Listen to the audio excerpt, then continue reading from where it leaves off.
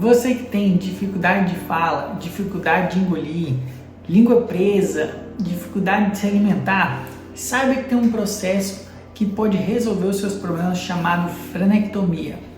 É sobre isso que a gente vai falar nesse vídeo hoje.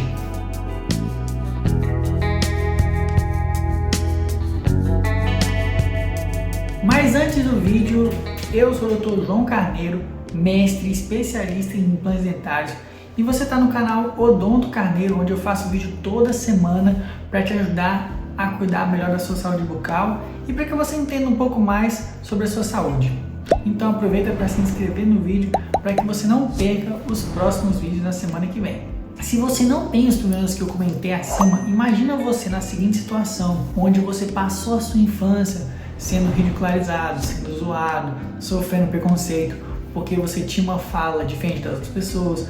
As pessoas achavam engraçada a forma que você fala, porque a sua dicção não era correta, porque a sua língua não inchava, não tinha os movimentos corretos para realizar a pronúncia correta das palavras. Imagina toda vez que você vai comer, dependendo do que você vai engolir, dói para engolir, dói na base da língua, ali no assoalho da boca, para engolir, porque força demais. Imagina você passar a sua vida tendo essa dificuldade. Então a gente tem a solução para isso, a gente tem procedimentos de como resolver isso. Claro que varia de pessoa para pessoa o grau de dificuldade de fala, ou se dói, tem gente que não dói, mas acha difícil de engolir. E essa pessoa acha que o normal é aquela dificuldade, porque ela não tem com o que comparar, né? Ela nunca engoliu fácil antes. Agora que você já se imaginou nessa situação, vamos falar da solução, o que a gente pode fazer para resolver esse problema. Como eu comentei no começo do vídeo, existe uma coisa chamada frenectomia, que é uma cirurgia que tem o objetivo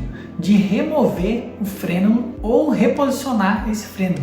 E o que é frênulo? Frênulo é um tecido que conecta duas partes do nosso corpo. No caso da frenectomia lingual, como o nome já diz, é do freno da língua. Ou tem gente que chama de freio lingual. Existem outros frenos, eu já até falei, já fiz um vídeo sobre isso, falando de frenectomia labial. Eu vou até deixar aqui no card, que também é para aquelas pessoas que usa aparelho para juntar os dentes da frente, mas não resolve, tem uma recidiva, e às vezes, muitas vezes, o motivo dessa recidiva, o motivo do dente voltar a separar, é porque não fez a frenectomia labial. Mas hoje é sobre outro vídeo, a gente está falando de frenectomia lingual. Os freios que a gente tem, os frênulos que a gente tem na boca, cada um tem a sua função.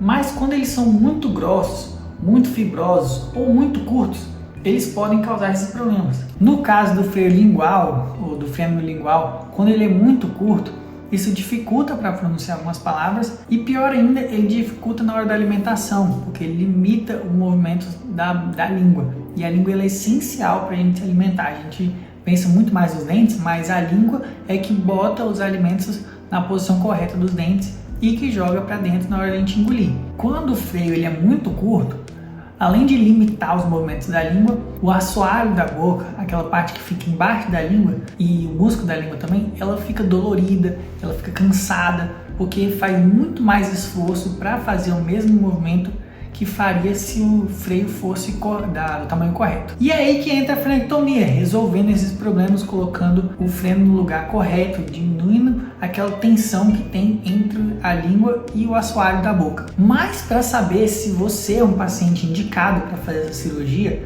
é preciso passar por alguns passos. É preciso conferir como que está a saúde geral, sua saúde geral, se você não tem nenhuma pressão alta, se você não tem nenhum risco de hemorragia, de trombose, se está tomando as medicações, se precisa tomar medicações para algum tipo de cuidado.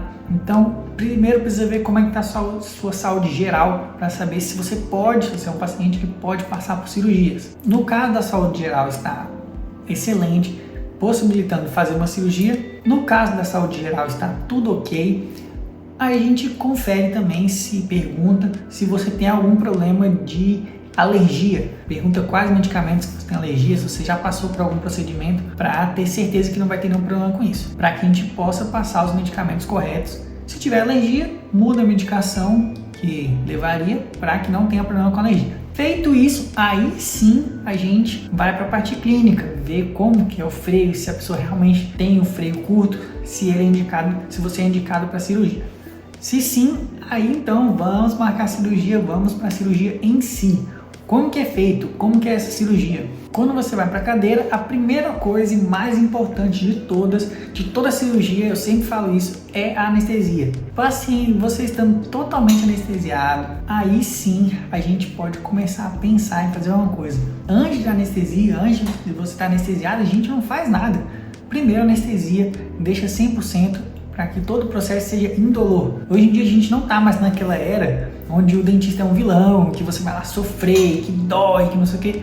Não, se doeu é porque tem uma coisa errada, é para não doer, tem que estar anestesiado para que você não passe por nenhum problema. Estando anestesiado, a gente usa um afastador, afasta a língua, afasta os lábios para poder enxergar, usa uma lâmina fria ou quente e faz o corte para mudar a inserção, colocando no novo lugar que a gente vai querer. Vai depender de cada caso, o tanto que precisa cortar, o tanto que precisa reposicionar. Se tiver feito a cirurgia com lâmina quente, que seria o bisturi elétrico, então não tem sangramento, não precisa fazer nenhuma hemostasia. Caso tenha feito com a lâmina fria, é preciso parar o sangramento primeiro.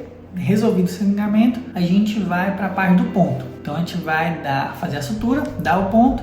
Pode ser com fio reabsorvível ou com fio normal, fio convencional de nylon ou de seda. No caso do fio reabsorvível, não vai precisar tirar o ponto depois. Feita a cirurgia, que é uma cirurgia rápida, uma cirurgia segura, a gente te passa quais são os cuidados que você precisa ter. Então, o que você pode comer, evitar comidas quentes, evitar fazer exercício, ficar de repouso, não fazer muito esforço. A gente passa os medicamentos corretos, um anti-inflamatório, analgésico. Dependendo do caso, a gente passa outro tipo de medicação, mas no geral é isso que a gente vai passar. Depois de 7 dias, tem gente que tira com 7 dias, tem gente que tira com 14 dias, volta para o consultório para remover os pontos, caso tenha feito com um fio que não era reabsorvível. No caso de fio reabsorvível, não precisa voltar para tirar os pontos. Os pontos, eles, como o nome já diz, são reabsorvíveis. Com o tempo ele vai se desfazendo e não precisa ir no consultório para removê-lo. Passado o tempo de recuperação,